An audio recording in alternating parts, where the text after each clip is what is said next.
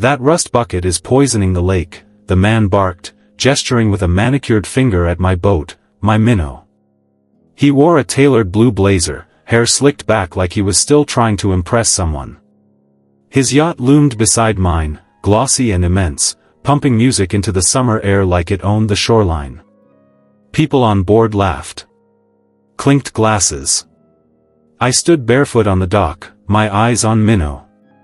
The hull was worn, the paint blistered from sun and time, but she floated honest. Steady. I said nothing. Not because I didn't have words, but because they'd be wasted. The type like him didn't listen. They talked at the world until it bent to their wealth. "Get it out of here," he snapped, already turning toward a crew member. "She's a hazard to the guests." The crew moved fast. Too fast. One of them revved the towline winch without even looking my way. Minnow shuddered as the rope yanked tight against her stern cleat. She tilted hard, creaking in pain. I stepped forward, mouth opening, but it was too late. The force tipped her cruelly. I heard the sickening crack before I saw it, the sound of wood giving up after too many battles. Water poured over the gunwale like it had been waiting. She listed, her bow clawing at the surface. "No," I whispered. I ran. Minnow sank slow, like a wounded animal that didn't want to go under. I dove, didn't think. The water slapped my skin cold and fast. I reached for the small storage bench near the stern, trying to wrench it open as bubbles boiled around me. Inside, the tin. A coffee can with a rusted lid. Photos sealed in waxed paper. My medal. Hers. I surfaced coughing, the can clutched to my chest. The harbor was still now, quiet in that strange way disasters are.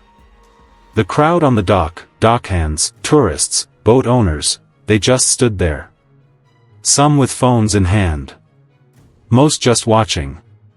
No one helped. I climbed out alone, soaking and shivering. I didn't look at the man in the blazer. I didn't need to. I knew the type. Preston Hale. Real estate money. The solar flare. He'd docked yesterday and already acted like he owned the lake. Called Minnow an eyesore. Told me to move it, said his guests paid good money to sip wine without that wreck in their sightline. I'd told him I had rights. I'd lived here. Worked these waters. Fished legally, paid permits, sold to local markets. That dock was as much mine as his was his. But rights don't mean much to power. They ripped her from the lake like trash. And all I had left was a dripping coffee can and a pair of lungs filled with silence. I sat on the edge of the dock after they left. Preston's yacht drifted back into its berth like nothing had happened. Minnow was gone. Only a trail of broken varnish and oil bloom remained, spreading across the surface like a wound. I held the can in my lap, fingers numb. The photos inside were soaked but salvageable. I peeled one free and laid it on my thigh. Her face. Helen. Smiling beside me on that boat, years ago, before the cancer, before the deployments took more than they gave. Her hand on the wheel, wind tangling her hair. We were younger. Hopeful. Whole. A shadow passed over the photo.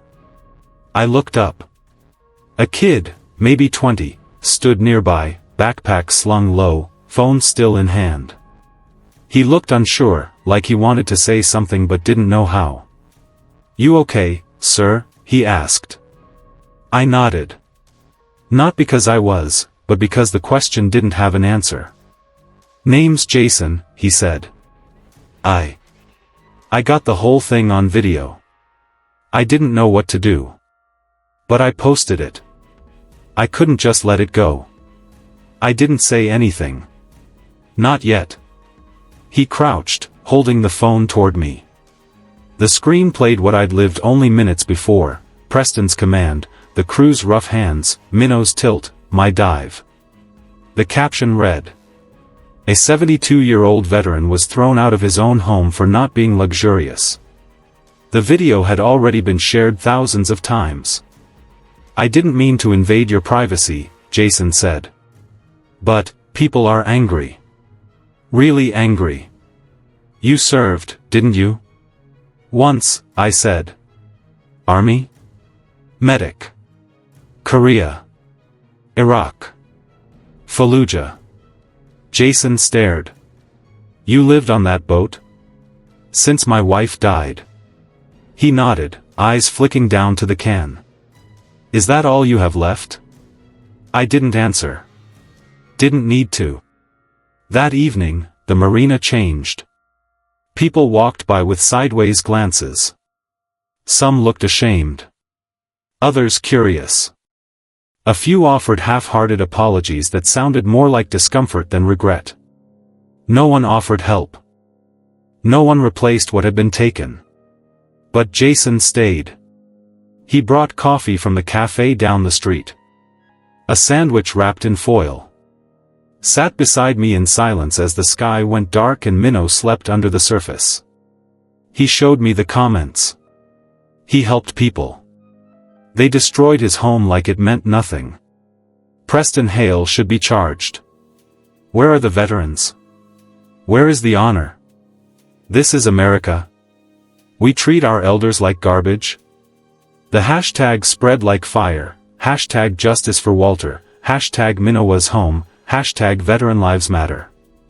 I didn't know what to say. I wasn't used to being seen anymore.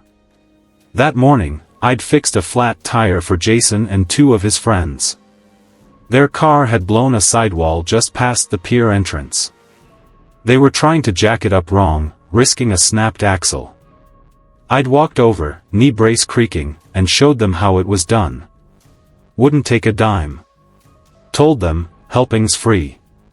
He reminded me of that now. You didn't ask for anything. You just helped us. I nodded. Now it's our turn. He stayed until well after dark, and then again the next morning.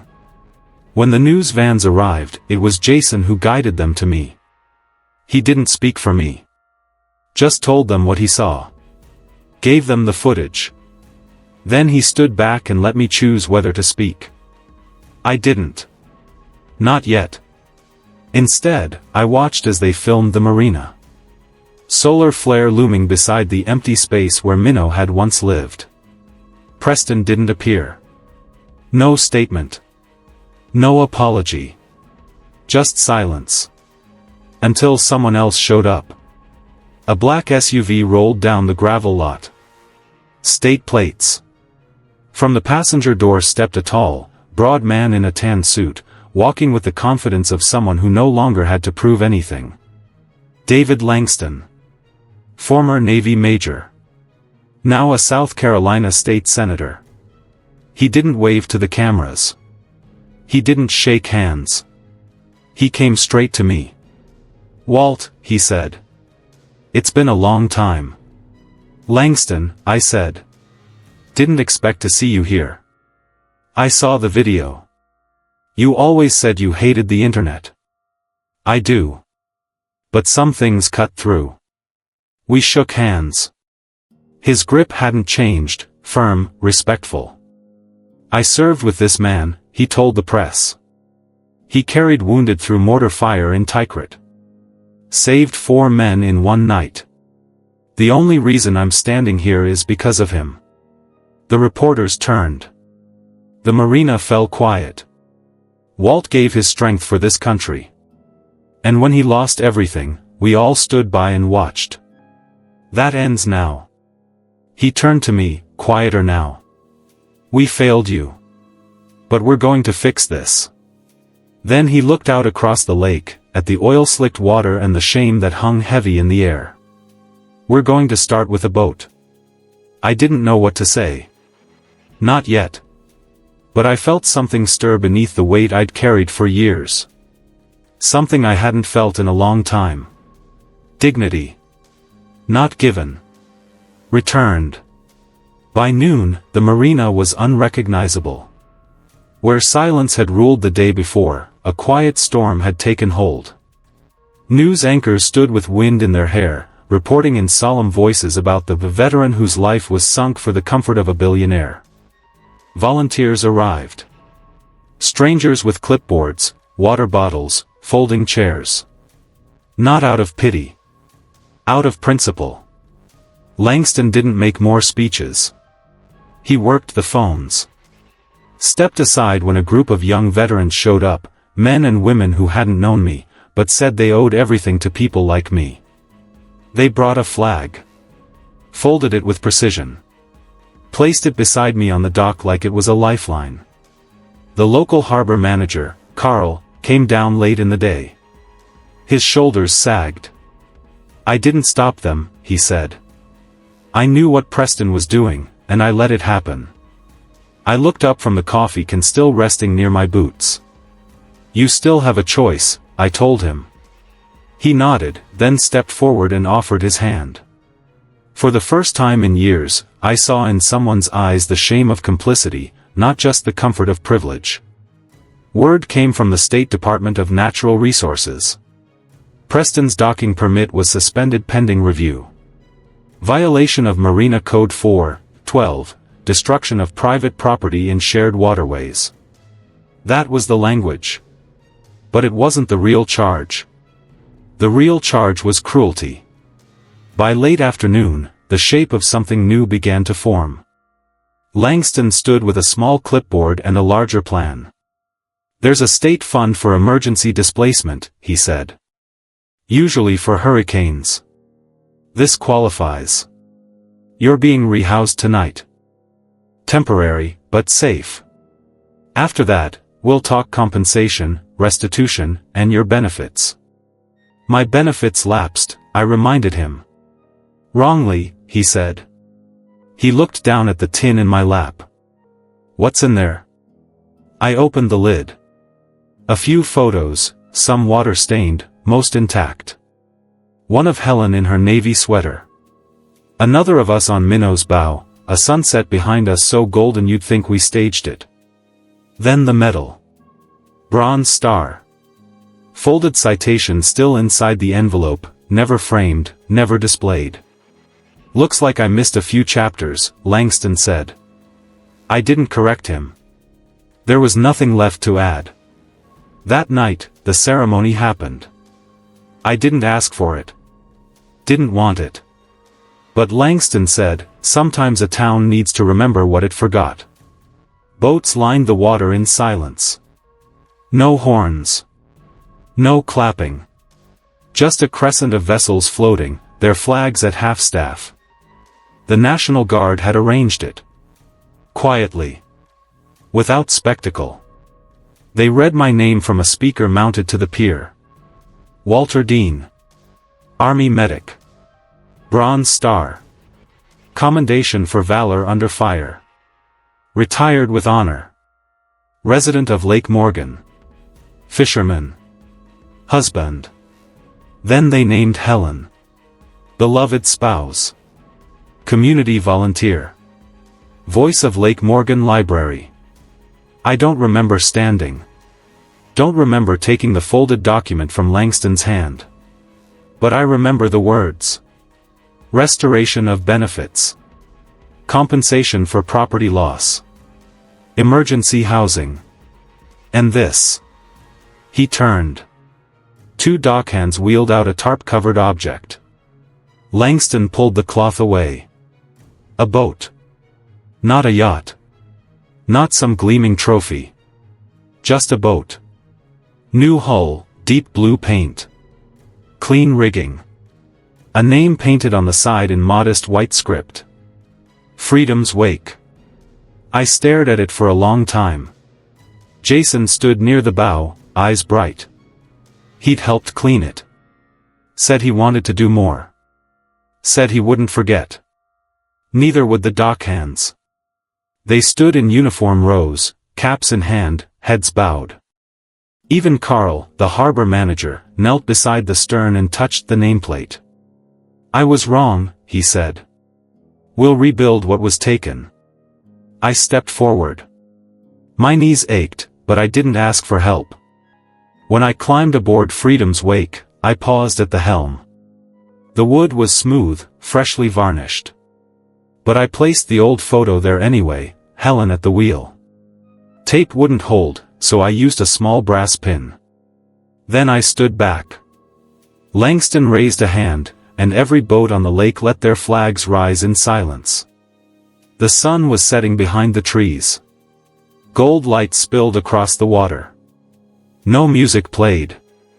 No voices rose. Just the sound of lapping water, the quiet whistle of wind through mast lines. And the breath I'd been holding for years, finally released. The next morning, I woke to stillness. No shouts, no rope straining in malice, no yacht engine humming like a threat. Freedom's Wake drifted gently in her berth. I ran my hand along her rail. The wood was smoother than I was used to. But she felt honest. Balanced. A little stiff in the turn, but that could be taught. I poured coffee into a tin mug, sat on the stern bench, and looked out over the lake. Minnow was still down there. Somewhere beneath the light. I could feel her. They'd offered to dredge the site. Recover what they could. I told them not to. Some things belong to the deep. Let her rest. People started arriving again. This time not with phones, but with groceries. Folded blankets. Coffee. A handwritten card in a child's wobbly print, "Thank you for your help." A bag of fishing lures taped to it. Carl stopped by again. Stood awkwardly near the dock post before speaking. "They've suspended Preston's license," he said. "Permanent ban from all state marinas. Solar flares impounded. EPA's on him now, too. Oil spill plus harassment charges." I nodded. "He's not showing his face," Carl added. "Probably never will." I didn't ask for more. Some storms don't circle back.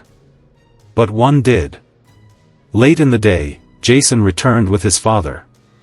Man in a weathered suit, hands calloused, eyes sharp.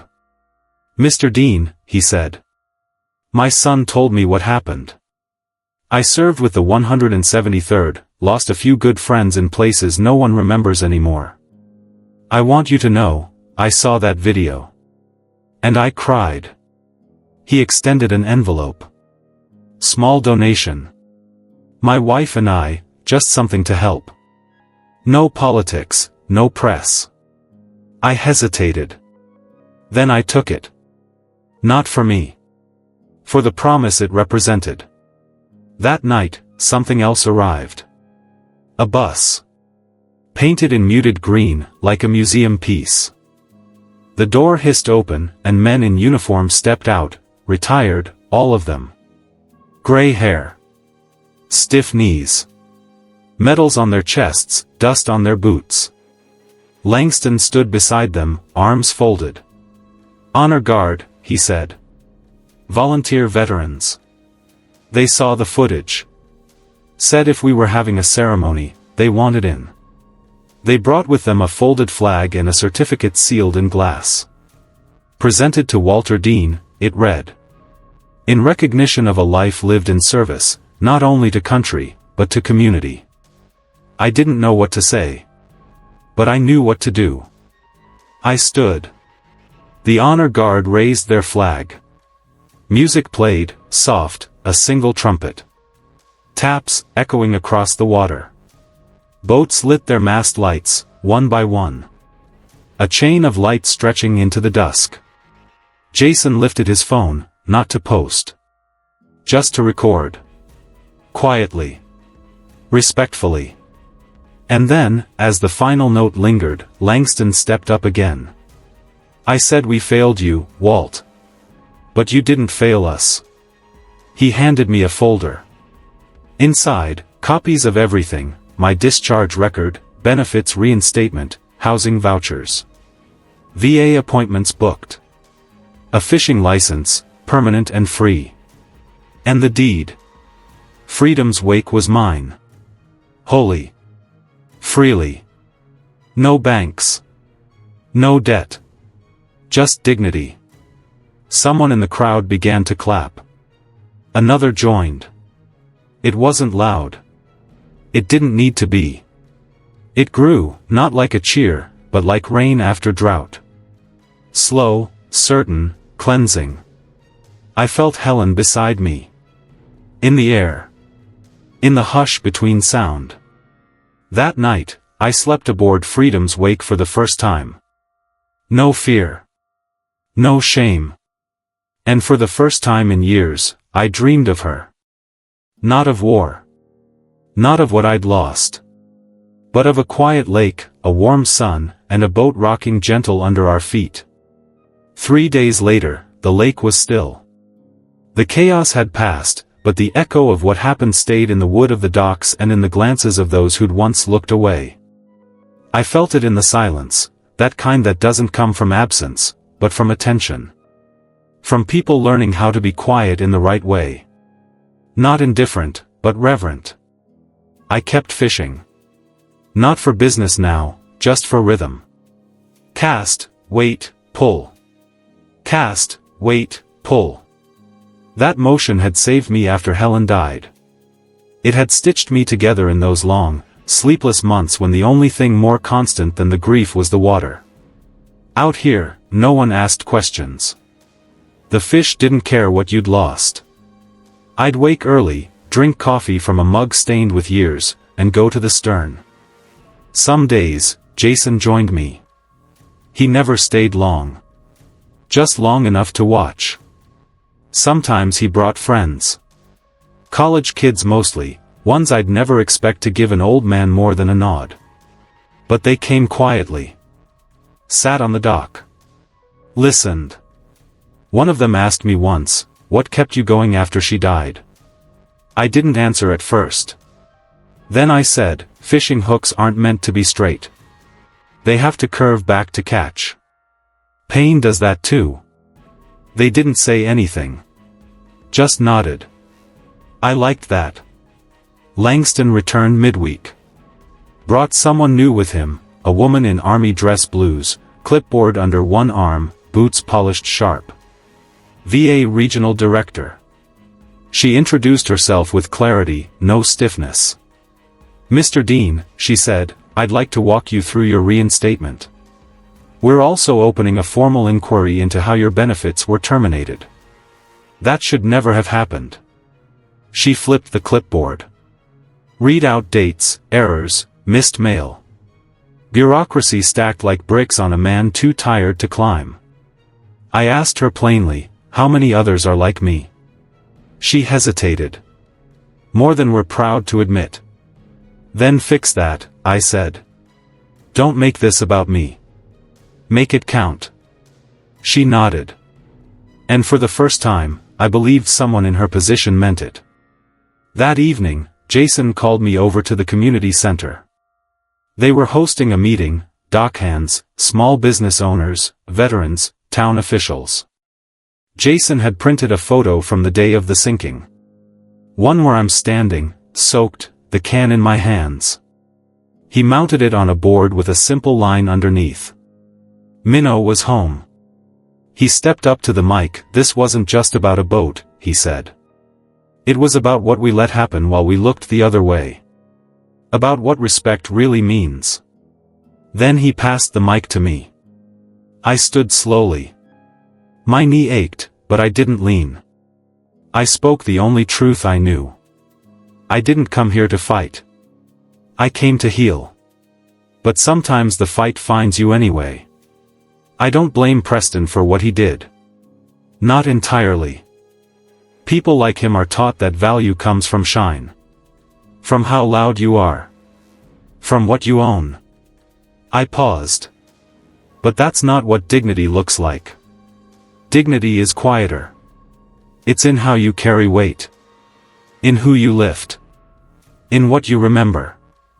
I looked at the faces in the room. Some I'd never seen.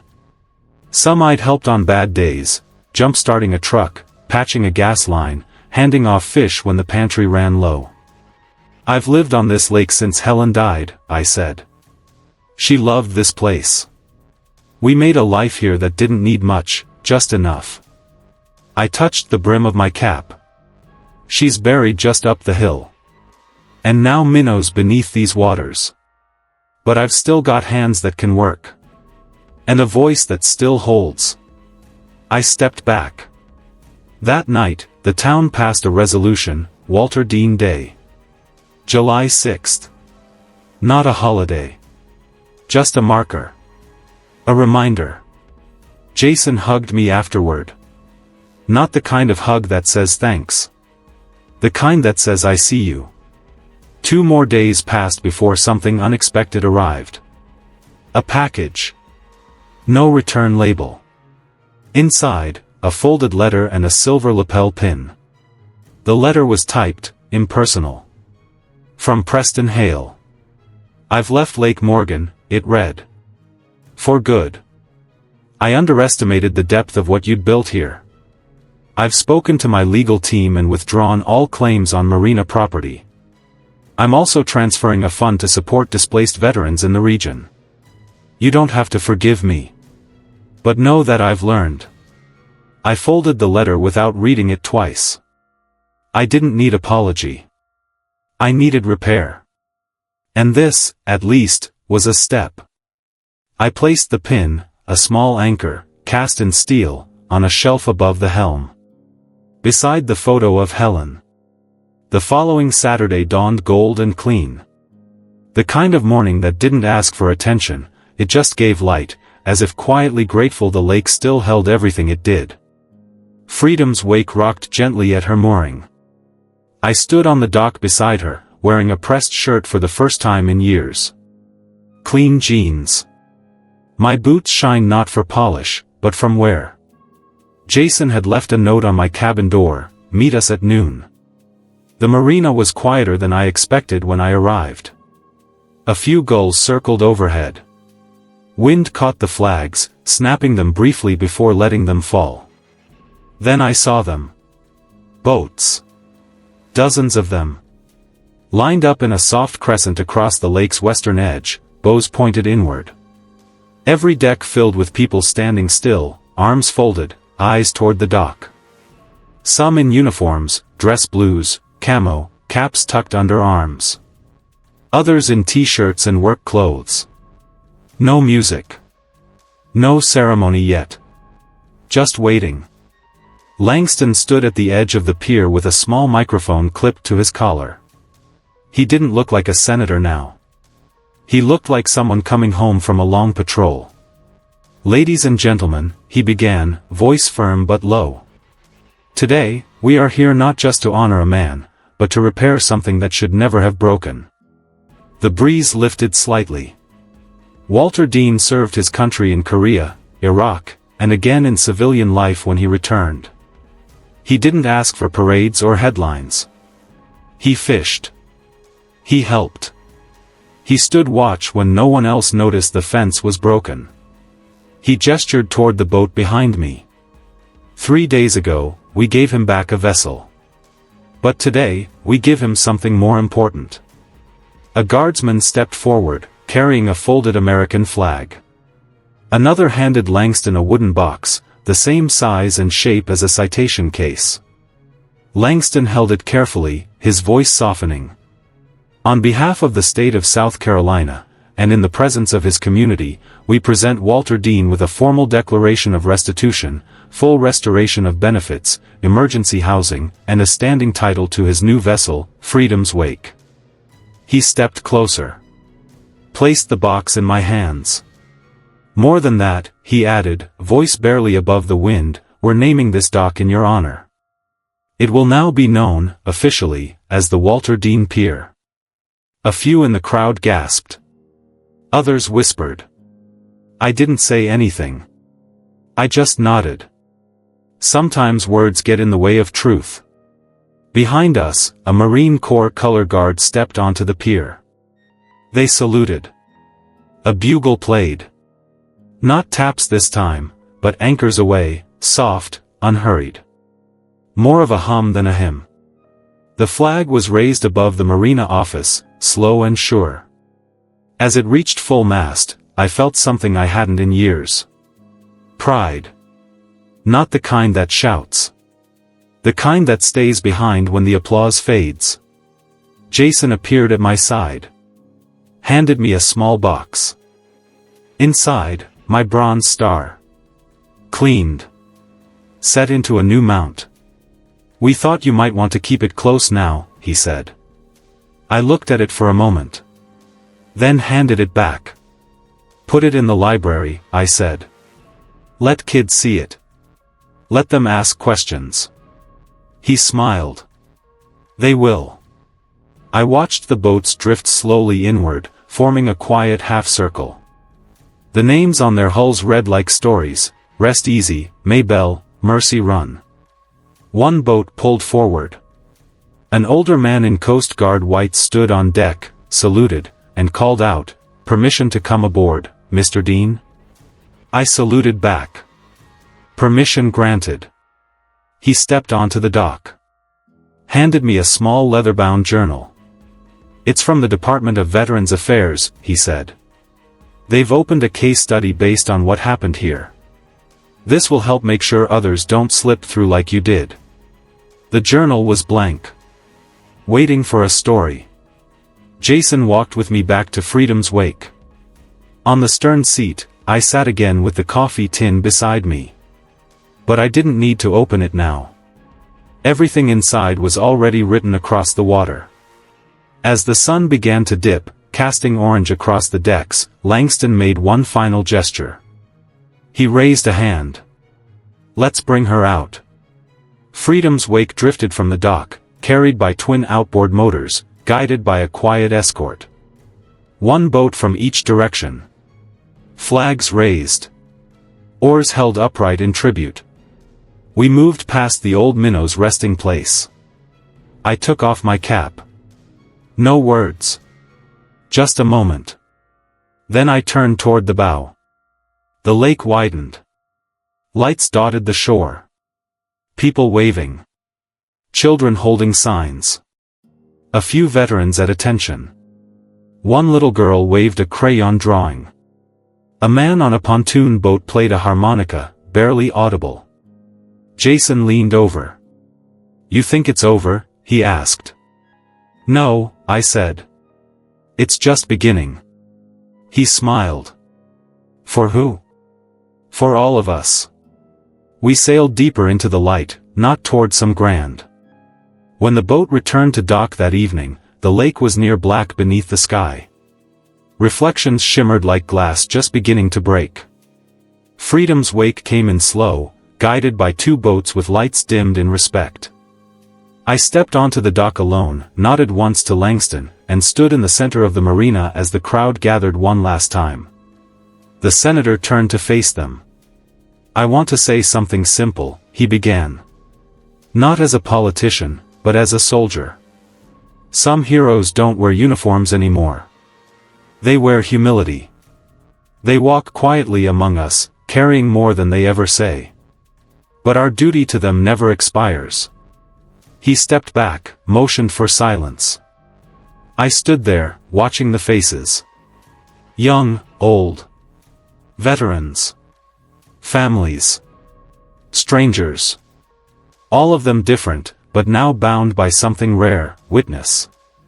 Not to war. But to dignity restored. The flag over the pier fluttered once, then held. I turned back toward Freedom's wake. Stepped aboard, slow but certain. The deck creaked softly beneath me. Jason untied the rope. Gave me a quiet salute. I returned it, not military, but something deeper. The kind given between people who've seen truth and stayed. The engine hummed. As the boat drifted out into the open water, the people on shore didn't cheer. They didn't speak. They stood in silence. Not from absence, but from earned respect. And in that silence, something whole settled over the lake. Like forgiveness. Like memory. Like home.